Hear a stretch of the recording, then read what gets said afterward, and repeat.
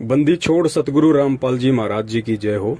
परमपिता परमेश्वर जी की आप सभी प्यारी आत्माओं को मुझ पवन दास का सत साहिब।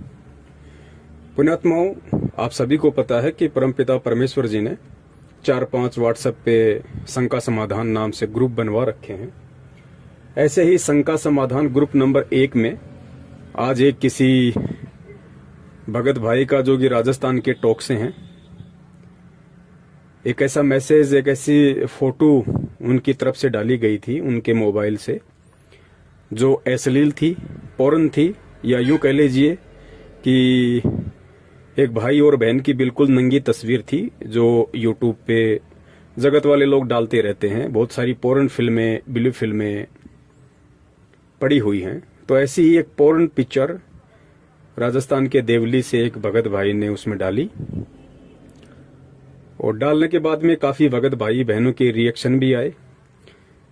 किन्हीं का रिएक्शन उतावलापन था, किन्हीं का थोड़ा ज्ञान आधारित था, किसी का कैसा था। जैसे परमात्मा ने जिनको जैसी सद्बुद्धि दी है उस आधार से सबने अपने अपने विचार व्यक्त किए कमेंट्स के माध्यम से।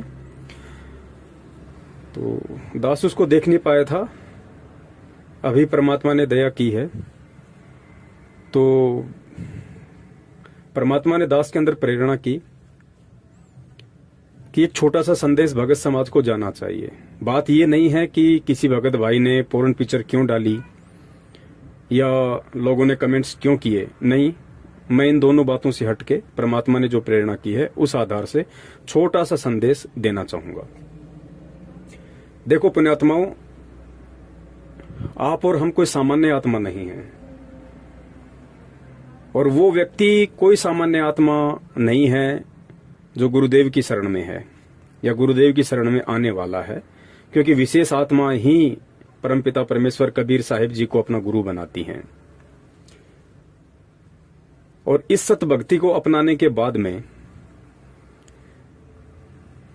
पूज्य गुरुदेव जी ने बताया कि जो गुरु होता है वो लोहार का भी काम करता है, वो कुम्हार का भी काम करता है। जिस प्रकार कुम्हार मटके को अंदर से हाथ रख के बाहर उसको चोट मारता है हल्की हल्की, और लोहार भी लोहे की कोई चीज बनाने के लिए, उसको मूल्यवान बनाने के लिए, कीमत बनाने के लिए, और 5 रुपए की लोहे की कोई कैंची या कोई चाकू, कोई ऐसी चीज बना देता है कि मार्केट में, बाजार में उसकी कीमत लोहे से कई गुना ज्यादा हो जाती है।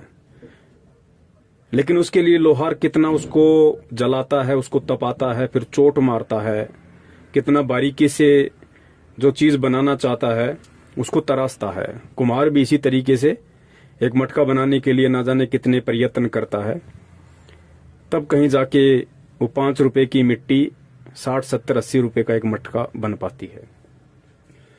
तो हम सब उस लोहार के लोहे की तरह हैं, हम सब उस कुम्हार की मिट्टी की तरह हैं। हमारा गुरु उस कुम्हार की तरह है, हमारा गुरु उस लोहार की तरह है, हमारा गुरु उस सुनार की तरह है। और ये भक्ति सीढ़ी दर सीढ़ी आगे चढ़ने की एक प्रक्रिया है। एक दिन में कोई भगत नहीं बन जाता, इस बात को परमात्मा भी जानते हैं, आप और हमें भी जान लेना चाहिए। तो काफी वर्षों से हम में से बहुत सारे भगत भाई बहन, कोई 2-4 से, कोई 5 वर्ष से, कोई 2 वर्ष से, कोई 6 वर्ष से, कोई 10 वर्ष से, कोई 15 वर्ष से परमपिता परमेश्वर सतगुरु रामपाल जी महाराज जी की शरण में है, भक्ति कर रहा है। आज से पहले उस किसी भी ग्रुप में ऐसी कोई भी भद्दी पोस्ट या भद्दा चित्र किसी ने नहीं भेजा। आज क्यों भेजा, हमने यहां पे विचार करना चाहिए, क्यों भेजा।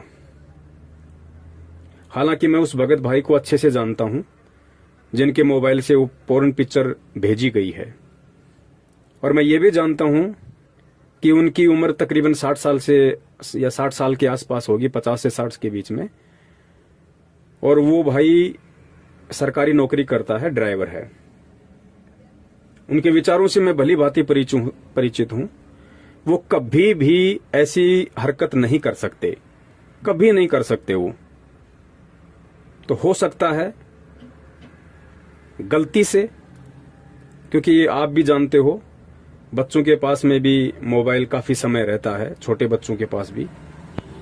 और नेट पे आप लोग जानते ही हो दुनिया वालों ने कितनी गंदगी फैला रखी है, या वैसे भी हम कोई वीडियो देखते हैं या गुरुजी का सत्संग भी देखते हैं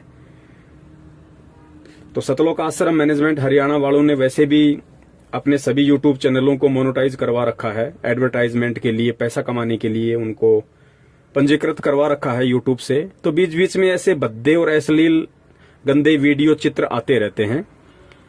तो हो सकता है किसी नादान बच्चे के हाथ से गलती से यूट्यूब चलाते समय, फेसबुक चलाते समय या गूगल चलाते समय ऐसे कोई पिक्चर वगैरह ग्रुप में डल गई होगी, क्योंकि मैं उस भाई के विचारों से अच्छे से परिचित हूं।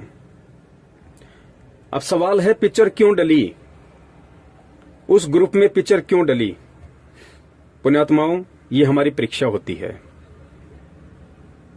ये हमारी परीक्षा होती है। परमपिता परमेश्वर ना जाने कितने बहाने बनाते हैं, कितने यत्न करते हैं, कितने कारण बनाते हैं, और परमात्मा अपने बच्चों को चेक करते हैं कि मेरी भक्ति का इनके ऊपर कितना असर हुआ। काल ने इनके ऊपर असंख्य युगों से जो तीनों गुणों का दबाव डाल रखा है, और मैंने आके पिछले 27 वर्षों से इतना ज्ञान दिया, सत भक्ति मंत्र दिए, वो कुनीन रूपी दवाई दी जो किसी भी रोग को जड़ से समाप्त कर सकती है। तो मेरे सत्संग रूपी कुनीन का मेरे बच्चों के ऊपर काल भगवान के तीनों गुणों को काटने का कितना असर हुआ है, ये परमेश्वर चेक करते हैं। मैं ये नहीं कहना चाहता कि गुरुजी की प्रेरणा से उस भाई के द्वारा या किसी बच्चे के द्वारा वो भेजा गया होगा, नहीं। इस ग्रुप के अंदर वो अश्लील पिक्चर डलना ही डलना था, क्योंकि वो योग था, संयोग था, उसको कोई काट नहीं सकता था। लेकिन उसी बहाने परमात्मा ने अपने बच्चों की परीक्षा भी लेनी थी। जिस प्रकार बरवाला कांड और करोथा कांड के विषय में कहा था पूज्य गुरुदेव ने कि ये जो करोथा कांड था ये काल भगवान का झकझोल था, काल भगवान की साजिश थी। और इसी बहाने परमात्मा ने भी अपने बच्चों की परख कर ली कि मेरे हीरे कितने कच्चे हैं और कितने पक्के हैं। तो पुण्यात्माओं, हर चीज का एक समय निर्धारित होता है, हर घटना का घटित होना पहले से निर्धारित होता है। तो ये पिक्चर उस ग्रुप में डलनी थी, लेकिन इसी बहाने परमात्मा ने, क्योंकि उन ग्रुपों में सत्सेवक जुड़े हुए हैं, और इस समय यदि परमपिता परमेश्वर जी के ज्ञान आधार से पृथ्वी पे यदि कोई चल रहा है, पूरी पृथ्वी पे सतगुरु रामपाल जी महाराज जी के तत्व ज्ञान को आधार बना के, उनके वचनों पर, उनकी शिक्षाओं पर यदि सही तरीके से कोई चल पा रहा है, तो इसमें कोई अतिशयोक्ति नहीं है कि वो आत्माएं सिर्फ और सिर्फ पूरे विश्व में सत्सेवक ही हैं, ओनली सत्सेवक। तो पुण्यात्मा, गुरुदेव ने बताया कि जो बच्चा स्कूल में जाता है ना, नियम भी उसी के ऊपर लागू होते हैं, ड्रेस कोड भी उसी बच्चे के ऊपर लागू होता है, डिसिप्लिन भी उसी बच्चे के ऊपर लागू होता है, होमवर्क नहीं किया तो पिटाई भी उसी बच्चे की होती है जो स्कूल में एडमिट होता है। और जो बच्चा बाहर गधे के ऊपर बैठ के मजे ले रहा होता है, टीचर उसको कुछ नहीं कहता। तो सत्सेवकों के ग्रुप में ही ये पिक्चर क्यों डली, क्योंकि उन ग्रुपों में ज्ञान आधारी आत्माएं जुड़ी हुई हैं, और परमेश्वर ने उस पिक्चर के माध्यम से अपने बच्चों के हृदय को, आत्मा को, भाव को, आचार को, विचार को, उनके चरित्र को, उनके देखने के नजरिए को, दृष्टिकोण को परमेश्वर ने चेक करना कि देखता हूं मेरे बच्चों के अंदर अभी भी इन गंदे चित्रों को लेकर या गंदी कहानियों को लेकर, गंदे वीडियो को लेकर अभी भी उनके अंदर इस काल भगवान के तीनों गुण ही झलकते हैं, या मेरे से जो इन्होंने तत्व ज्ञान लिया है उस आधार से इनके ऊपर कोई असर होता है या नहीं होता है। तो ये परमेश्वर ने चेक करना है, क्योंकि इसी प्रकार परमात्मा हमें चेक करेंगे। हमें परमात्मा ठोकर मार मार के, लोहार की तरह चोट मार मार के, कुम्हार की तरह चोट मार मार के ऐसे ही हमें पकाएंगे, ऐसे ही हमें परमात्मा तैयार करेंगे। मालिक को तो मालूम है उन सब बातों का कि इनके अंदर अभी तीनों गुणों का कितना प्रभाव है और मेरे ज्ञान का कितना असर है, वो तो अंतर्यामी है। लेकिन परमेश्वर ऐसी घटनाओं को जन्म देके, अंजाम देके, जो पहले से निर्धारित थी, परमेश्वर आप और हम में अपनी बुद्धि का, अपने विचारों का, अपने चरित्र का परमेश्वर आकलन करवाना चाहते हैं कि बच्चों तुम भी देखो कि अभी तुम्हारे अंदर कितना कच्चापन है और कितना पक्कापन है। तो जो गंदी पिक्चर ग्रुप में डाली गई उसके ऊपर हमें ज्यादा तीखे कमेंट्स नहीं करने थे। क्यों नहीं करने थे? क्योंकि अब हमें परमेश्वर ने इतना अनमोल ज्ञान देके और सब कुछ समझा दिया, इस आत्मा का भेद समझा दिया, शरीर का भेद समझा दिया। अरे सबको पता है कपड़े के नीचे सभी नंगे हैं। एक इंसान के अलावा ऐसा कौन सा प्राणी है जो अपना शरीर ढकता है, अपने गुप्तांगों को ढकता है? कोई नहीं ढकता। तो क्या हम जब मार्केट में जाते हैं, कोई किसी कुतिये को या कुतिया को देखते हैं, गधे को देखते हैं, बकरी को देखते हैं, या हमने घर में जो कुत्ता और कुतिया पाल रखी है हम उनको देखते हैं, या दीवार से लगी हुई छिपकली को देखते हैं, उसने कौन से कपड़े पहन रखे हैं? उनके भी तो गुप्तांग हैं। उनको देख के हम रिएक्शन क्यों नहीं करते? उनको देख के हमारे अंदर वो भाव उत्पन्न क्यों नहीं होते? तो पुण्यात्माओं, हमें इन चीजों को समझना पड़ेगा। चाहे कोई जानबूझ के डाले या चाहे किसी से गलती से ऐसे वीडियो या कमेंट्स या फोटो डल जाएं, लेकिन हम भगत हैं, भगत को संभावी होना पड़ेगा परमेश्वर के ज्ञान आधार से। हमारे लिए उन चीजों का कोई औचित्य नहीं है। ग्रुप में चाहे नंगा गधे का चित्र डालो, चाहे नंगा किसी बहन का चित्र डालो कोई, या चाहे नंगा किसी भाई का चित्र डालो, हमारी दृष्टि ये हो जानी चाहिए कि चाहे वो बहन या भाई है, उसके जो गुप्तांग हैं वो केवल शरीर के मलमूत्र को बाहर निकालने का एक साधन मात्र है। जिस प्रकार गुरुजी ने एक सत्संग में बताया कि दो दोस्त थे, वो रामायण देखने गए। तो रामायण में क्या था कि राम भी लड़का बना हुआ था और सीता भी लड़का ही बना हुआ था, लेकिन उस लड़के ने पोशाक लेडीज वाली पहन रखी थी, मेकअप कर रखा था। वक्स पे उसने कुछ ऐसे बोल वगैरह लगा रखे थे, ऐसा लगे कि जैसे उसके स्तन हो, उसकी दूधी हो। बाल उसने बड़े बड़े नकली लगा रखे थे, मेकअप कर रखा था। तो जो साथी था, जो पहली बार गया था, उसने कहा, रे देखो ये सीता के रोल वाली जो लड़की कितनी सुंदर है, ये तो हूबहू सीता जैसी लगती है। और कुछ उसके मन में विकार भी आए उस लड़की को देख के। तो साथी ने कहा, रे भाई ये लड़की नहीं है, ये लड़का है। बोला, भाई नहीं, ऐसा थोड़ी हो सकता है, देख आंखों के सामने है। आप कह रहे हो लड़का है, आंखों के सामने दिख नहीं रही आपको, डिफरेंस नजर नहीं आ रहा। उसने कहा, रे भाई इसने मेकअप कर रखा है, इसने लड़की वाले ये कपड़े, आभूषण, बाल वगैरह ये सब कुछ कर रखा है, ये लड़की नहीं है। लेकिन उसको जची नहीं। बोला, भाई ऐसा नहीं हो सकता, ये तो लड़की है भाई, और देख कितनी सुंदर है।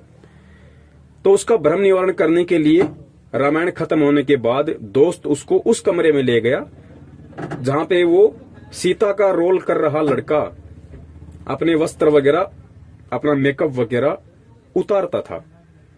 तो वहां गए और उसकी आंखों के सामने जब उस लड़के ने बाल उतारे, कानों से कुंडल उतारे और अपनी छाती के ऊपर जो बोल लगा रखी थी या कोई भी ऐसी वस्तु लगा रखी थी, ऐसा लगे कि जैसे उसकी दूधी है। तो जब उसकी आंखों के सामने उसने सारे कपड़े उतारे और जब हाथ मुंह धोया और जब वो लड़का सामने खड़ा हुआ दिखाई दिया तो उसका भ्रम टूटा। अरे भाई, वास्तव में मैं तो भ्रमजाल में था, ये तो वास्तव में लड़का है भाई।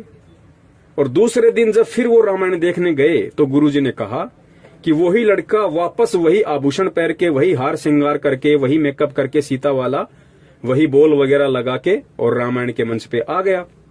लेकिन उस दिन उस लड़के के मन में जरा भी कोई विकार या विक्षेप नहीं आया और ना ही ये भाव आया कि ये लड़की है, क्योंकि उसने हकीकत अपनी आंखों से देख ली थी कि ये लड़की नहीं, लड़का है, इसने केवल मेकअप कर रखा है। तो पुण्यात्माओं, गुरुजी ने बताया कि बच्चों ठीक इसी प्रकार इस काल भगवान ने इस एक आत्मा को दो आवरण पहना रखे हैं। एक ही आत्मा को एक पुरुष का आवरण पहना दिया और एक को स्त्री का आवरण पहना दिया, और तीनों गुणों के प्रभाव से हमारे को ऐसा बांध के रख दिया है कि हम इस भेद को डिफरेंशिएट नहीं कर पा रहे, हम इस अंतर को मिटा नहीं पा रहे थे। लेकिन पुण्यात्माओं, आज तो गुरुदेव ने हमें ज्ञान दे दिया आज परमेश्वर ने हमें आत्मा से लेके परमात्मा तक सारा भेद बता दिया, आत्म ज्ञान करवा दिया, परमात्म ज्ञान करवा दिया। अब तो हमारे जाने का समय है। और ऐसे समय में यदि हम इस तरह का रिएक्शन उन चीजों को लेके करेंगे, ठीक है, उस भाई ने अगर अपने मोबाइल से पिक्चर डाली है या डल गई, तो हमारा रिएक्शन कुछ और होना चाहिए था, थोड़ा प्यार से, कि भाई हो सकता है गलती से डल गई होगी, लेकिन आगे से भगत जी ध्यान रखिए। हो सकता है हमें उसको फोन करना चाहिए था, ग्रुप में कमेंट्स करने के बजाय। अगर गलती से उससे वो फोटो डली होगी, और जिन जिन आत्माओं ने उस फोटो के ऊपर जैसे जैसे कमेंट्स कर दिए, उसके बाद जब वो भाई उन कमेंट्स को पढ़ेगा, तो सोचो उस आत्मा के ऊपर क्या बीतेगी कि मेरे भगत भाई परमात्मा से ज्ञान लेने के बाद इतना सा धैर्य नहीं रख पाए, इतना सा संतोष नहीं रख पाए, कम से कम मुझे फोन कर लेते या मेरा स्पष्टीकरण देख लेते एक बार इस ग्रुप में कि भाई मैंने जानबूझ के डाला है या मेरे से गलती से डल गया, उसके बाद कोई रिएक्शन करते। पुण्यात्माओं, परमेश्वर जी ने हमें क्या ज्ञान दिया, परमेश्वर हमें क्या बनाना चाहते हैं, और हम उस ज्ञान को किस तरीके से ले रहे हैं, और हम क्या बनने की दिशा में आगे बढ़ रहे हैं। पुण्यात्माओं, हमारी स्थिति इन गुप्तांगों को लेके एक 2 या 5 वर्ष के बच्चे जैसी हो जानी चाहिए। जिस प्रकार एक 2 साल का या 5 साल का बच्चा अपनी माँ के साथ नहाने के लिए जिद करने लग जाए, तो माँ उस बच्चे को बाथरूम में अंदर ले लेती है, और माँ यदि निवस्त्र होके नहा रही है तो बच्चे को भी निवस्त्र करके नहलाती है। लेकिन उस बच्चे का ध्यान अपनी माता या बहन के गुप्तांगों पे नहीं जाता है। क्यों नहीं जाता? क्योंकि वो बच्चा विकार रहित होता है, उसके ऊपर तीनों गुणों का प्रभाव नहीं होता। उस समय तो स्वाभाविक नहीं होता, क्योंकि 12 साल के बच्चे के ऊपर इन गुणों का इतना प्रभाव नहीं होता। 12 साल के बाद में उस बच्चे के ऊपर प्रभाव होना शुरू होता है। और धर्मशास्त्रों के अनुसार यमराज भी 12 वर्ष तक के बच्चे को किसी भी कुकृत्य के लिए वो सजा नहीं देता है जो सजा 12 साल के उपरांत किसी व्यक्ति को उस कुकृत्य के लिए मिलती है। क्योंकि वेदों में 12 साल तक के बच्चे को नादान अबोध कहा जाता है, उसको क्षमा दान दिया जाता है। तो पुण्यात्माओं, उस समय तो वो नादान बच्चा, अबोध बच्चा, इसलिए उसके ऊपर विकार हावी नहीं। लेकिन आज तो हमें परमेश्वर ने तत्व ज्ञान दे दिया पुण्यात्माओं। अब हमें इन विकारों को लेकर नादान हो जाना चाहिए, अबोध हो जाना चाहिए। और हमारे बोलने का तरीका, किसी भी चीज को देखने का दृष्टिकोण एक भगत के जैसा होना चाहिए। गुरुदेव ने तो यहां तक कहा है कि मानुष्य देवता किया करत न लाई वार, कि इस ज्ञान के माध्यम से आपको अपने शरण में लेते ही पुण्यात्माओं मैं आपको आम इंसान से देवता की कैटेगरी में खड़ा कर देता हूं। लेकिन पुण्यात्माओं, हमें देवता तक ही संतुष्ट नहीं रहना है। फिर गुरुदेव ने बताया कि देवलोकों में भी यही आग लगी हुई है, वहां भी अर्धनग्न डांस, वासना, सब कुछ यही रोग। हमें तो देवताओं से ऊपर उठ के हंस बनना है, हंस। और वो प्रक्रिया हमसे परमात्मा यही अपनवाएंगे। हंस भी परमात्मा हमें इसी पृथ्वी लोक पे बनाएंगे। तो सबसे पहले तो देखो, हम बार बार कहते हैं एक दूसरे को कि भगत के 5 गुण होते हैं, भगत के 5 लक्षण होते हैं, शील, संतोष, अक्षमा, धैर्य, विवेक। लेकिन अपनी अंतरात्मा से कभी विचार किया करो पुण्यात्माओं, क्या हम उन 5 का थोड़ा बहुत भी यूज करते हैं? क्या हमने उन 5 गुणों को अपने अंदर धारण करना शुरू किया है? खाली गुरुजी के सत्संग सुनते रहने से रात दिन, या गुरुजी को परमात्मा कहते रहने से, या गुरुजी का जन्मदिन ना मनाने से, गुरुजी का बोध दिवस ना मनाने से ही हम केवल एक सच्चे और अच्छे भगत की श्रेणी में नहीं आएंगे। हम एक सच्चे और अच्छे भगत की श्रेणी में उस समय आएंगे जब हमारा प्रैक्टिकल और थ्योरी दोनों बराबर होंगे, मैच करेंगे। तब हम एक सच्चे और अच्छे भगत की श्रेणी में आएंगे, एक सत्सेवक की श्रेणी में आएंगे। वरना यहां तो लोग आंधी की तरह आते हैं, तूफान की तरह भग जाते हैं। दास को तो 6 साल का अनुभव है। दास को तो परमात्मा ने एक रस रखा इस भक्ति मार्ग में। जिस दिन दास को सच्चाई समझ में आई, उसी दिन से दास ने भगत समाज को जागरूक करना शुरू किया। और आज तक परमात्मा ने दास की स्पीड कुछ बढ़ाई है, घटाई नहीं है। लेकिन इन 6 वर्षों में हमारे साथ में हजारों लोग आंधी की तरह आए, सत्सेवक बने, अपने आप को बहुत अच्छा साबित करने की कोशिश की, और महीना, 2 महीना, साल, 6 महीने बाद में तूफान की तरह वापस भग गए। लेकिन हमें उनसे कोई फर्क नहीं पड़ा, और ना पड़ता और ना पड़ना चाहिए, क्योंकि इस भक्ति मार्ग पे वही टिकेगा जिसको गुरुदेव ने सूरमा की संज्ञा दी है, सूरवीर की संज्ञा दी है। तो मेरा आप सभी भाई बहनों से निवेदन है, हम परमेश्वर को दुखी ना करें, क्योंकि इन्हीं बातों से परमात्मा दुखी होते हैं। हमारे अंदर देखो, मैं भी मार्केट में गाड़ी लगाता हूं, मेरे पास भी ऐसे ऐसे बहुत सारे लोग आते हैं। कोई शराब पी के आता है, कोई गाड़ी में बैठा बैठा ऑर्डर करता है, कोई एक ही बार में 3-3 बार बोलता है भाई ये लेके आ, प्याज लेके आ, थोड़ा दही और डाल, थोड़ी ग्रेवी डाल। आता है मेरे अंदर भी वो भाव कि देखिए कितना बड़ा अपने आप को, 2 कौड़े की औकात नहीं है और अज्ञानता में अपने आप को कितना बड़ा समझ रहा है, गाड़ी से नीचे नहीं उतर सकता। लेकिन पुण्यात्माओं, फिर वो परमेश्वर का जो ज्ञान है वो सामने आके खड़ा हो जाता है। वो दीवार परमात्मा की तत्व ज्ञान वाली सामने खड़ी हो जाती है कि भाई ये अज्ञानी है, नादान है। सत्संग लेने से पहले मेरी भी तो ऐसी हालत थी, हम भी तो ऐसे ही टोरा दिखाया करते थे, दादागिरी दिखाया करते थे, मूर्खता में, अज्ञानता में, नादानी में। और फिर ध्यान आता है जब गुरुजी जब चिड़ी गांव में सत्संग करने गए थे, वापस आते समय जब कुछ असामाजिक तत्वों ने गुरुजी की गाड़ी के आगे गाड़ी लगा दी और सारी सृष्टि के रचनहार जिसके आधे बाल के ऊपर पूरी सृष्टि नहीं है, उसको कह रहा कि कान पकड़ उठक बैठक निकाल। तो उस समर्थ परमेश्वर ने कान पकड़े, उठक बैठक निकाली। बोल दोबारा इस गांव में सत्संग करने नहीं आऊंगा। हाँ भाई, इस गांव में सत्संग करने नहीं आऊंगा भाई, माफी दे दे, आज के बाद नहीं आऊंगा। तो ये सारी बातें फिर याद आती हैं, और याद आती हैं तो फिर परमात्मा चेतना देते हैं कि भाई तेरी औकात क्या है, तेरी क्या बुनियाद प्राणी, तेरी औकात क्या भाई। अरे मैं चाहूं तो राजा को उंगली पे नचा दूं। परमेश्वर कहते हैं कि मैं चाहूं तो राजा को उंगली पे नचा दूं, और तुम्हारी औकात अपनी औरत को, अपने बच्चों को उंगली पे नचाने की नहीं है, और फिर भी तुम अपने आप में घमंडी बने फिरते हो, तुम अपने आप में अहंकार को लादे फिरते हो। तो पुण्यात्माओं, हमें कितना अधीन, कितना विनम्र, कितना इस परमेश्वर के ज्ञान को आधार बना के हमने हंस बनना होगा। ठीक है, शुरू में नहीं होता, एक बार में नहीं होता। सत्संग सुनते रहने से भी कई बार बातें हमारे दिमाग के ऊपर से निकल जाती है। इसीलिए परमात्मा ने ये साध संगति रखवाई है, ये शंका समाधान के प्रोग्राम रखवाए हैं। एक दूसरे भगत भाई बहनों को आपस में जोड़ने के लिए फेसबुक चलाई है, व्हाट्सएप चलाई है, यूट्यूब चलाई है, ताकि हम एक दूसरे से सीखें। कोई अगर कोई बात बोलता है तो हम उसी की बात को ना जानते ना। अभी एक थोड़े दिन पहले एक भाई था, बहुत अच्छे संपर्क है मेरे उससे, 2 साल से संपर्क हैं, सत्सेवक बना हुआ है, जयपुर का रहने वाला है।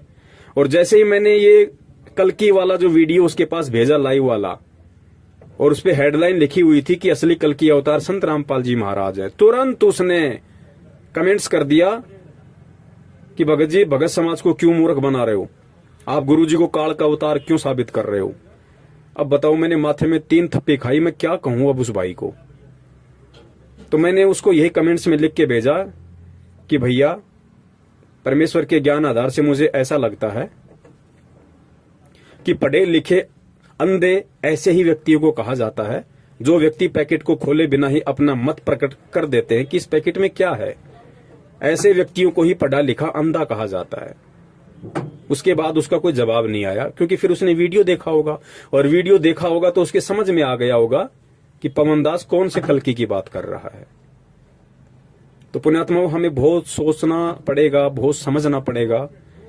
खाली भगत नाम रखवा लेने से या अपने नाम के आगे पवन दास लगाने से या और कोई दास लगा लेने से हम केवल भगत नहीं बन जाएंगे, दास नहीं बन जाएंगे। परमेश्वर कहते हैं कि दासा तन नेड़े नहीं और नाम धरावे दास। भाई, पानी के पिए बिना कैसे बुझेगी प्यास। प्यासा आदमी जब तक पानी नहीं पिएगा तो प्यास नहीं बुझ सकती। इसी प्रकार पुण्यात्माओं, जब तक हम परमेश्वर के सत्संगों को सुन के उनके एक एक वाणी पे, एक एक शब्द पे, दोहे पे, शब्दों पे अमल नहीं करेंगे और फिर अपने जीवन में उन वाणियों को नहीं उतारेंगे, तब तक हम भगत 7 जन्म में भी नहीं बन सकते, चाहे हम कितनी ही बड़ी बात क्यों ना कर लें। तो मेरी आप सभी से विनती है कि अब हमने बहुत कुछ सोचना पड़ेगा, समझना पड़ेगा, परमेश्वर के ज्ञान को आधार बनाना पड़ेगा।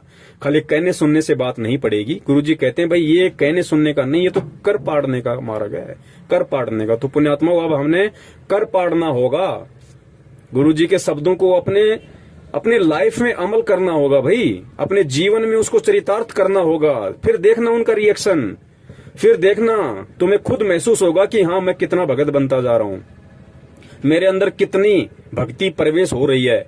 आंखों से दिखाई देगा, आंखों से। क्योंकि बीमार व्यक्ति के अंदर यदि वो गोली दवाई यदि मुंह से या इंजेक्शन से यदि अंदर नहीं जाएगी तो गुरुजी कहते हैं कैसे असर करेगी उस रोग के ऊपर, कैसे अटैक करेगी। तो गुरुजी कहते हैं कि इन कानों के माध्यम से ये जो सत्संग रूपी दवाई है इसको अंदर जाने दो पूरा, तब जाके ये अंदर रिएक्शन करेगी। तो मेरा तो आप सभी भाई बहनों से जो भी इस ऑडियो को सुन रहे हैं, मेरी हाथ जोड़ के आप सभी से यही मेरा निवेदन है, मेरी प्रार्थना है। सतसेवक एक ग्रुप या सतसेवक नाम यदि किसी भगत के पहले परमात्मा ने रखवाया है तो बहुत सोच समझ के परमेश्वर ने रखवाया है।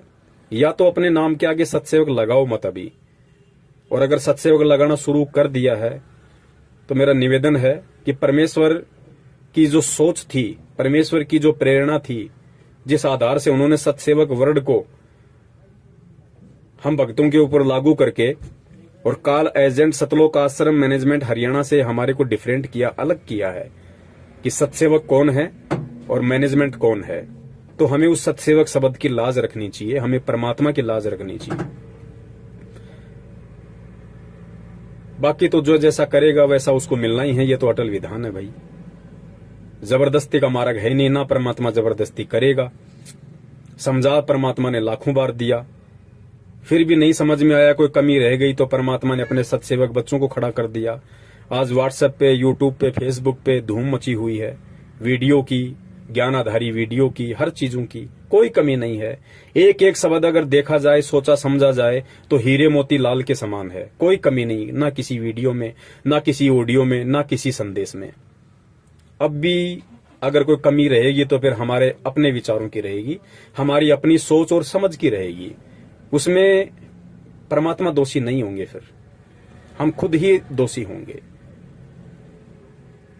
तो आगे से हम ध्यान रखें, मैं भी, आप भी। यदि ऐसी कोई घटना फिर से घटित हो जाती है तो हमने किसी बात का कोई बतंगड़ नहीं बनाना। डाल दिया, डालने वाले ने डाल दिया। अब जिस व्यक्ति का काम ही कूड़ा करकट करने का है वो करेगा, आप उसके साथ में कब तक जिदोगे, कब तक लड़ोगे, कब तक बहस करोगे? क्या यही करते रहोगे आप? गुरुदेव ने कहा कि आप आगे बढ़ जाओ, आप उसको क्रॉस कर दो। जो उस कूड़े के पास ठहरेगा उसको बदबू आएगी, तुम्हें कहां बदबू आएगी? तुम उसको अनदेखा करो, आगे बढ़ो। भाई हम रास्ते से जा रहे हैं, कोई कसाई बकरा काट रहा है, कोई शराबी शराब पी रहा है, कोई गाली देने वाला गाली दे रहा है, कोई शराब की दुकान पे शराब पी रहा है, कोई बेच रहा है, तो क्या हम उनसे लड़ने लग जाएं कि तू क्यों बेच रहा है? तेरे अंदर इतनी भी बुद्धि नहीं है। हम क्या करते हैं, हम चुपचाप निकल जाते हैं, हम देखते नहीं, उनकी तरफ ध्यान ही नहीं देते। तो ग्रुप में यदि ऐसी कोई घटना घटित हो जाती है, ऐसी कोई यदि वीडियो या पिक्चर गलती से किसी से डल जाती है, या कोई मंदबुद्धि व्यक्ति जानबूझकर भी डाल देता है, तो हमने उस चीज को ज्यादा नहीं उधेड़ना है। क्योंकि अगर गोबर में अगर लकड़ी करोगे तो उसमें से बदबू आएगी। तो हम आगे बढ़ जाएं बस। गुरुजी कहते हैं जीवत मुक्ता शोक हो आशा तृष्णा खंड, और मन के जीते जीत है क्यों भरमे ब्रह्मंड। हमने इस ज्ञान को आधार बना के सतगुरुदेव जी के आशीर्वाद से, उनसे भीख मांगते हुए हमने अपने मन को जीतने की कोशिश करनी है। हम दुनिया को नहीं जिता सकते, दुनिया को नहीं जीत सकते, और ना हमें जीतना है, ना किसी को जिताना है। हम खुद यदि उन चीजों पे काबू प्राप्त कर लेंगे तो सोचो हम जीत गए, हम परमेश्वर की परीक्षा में सफल हुए। परमात्मा सब देख रहा है, कौन जानबूझ के कर रहा है, कौन अनजाने में कर रहा है, उसी अनुसार उसको आने वाले समय में उसका रिजल्ट मिलेगा। बस इतनी सी बात है, संदेशा देना हमारा काम है।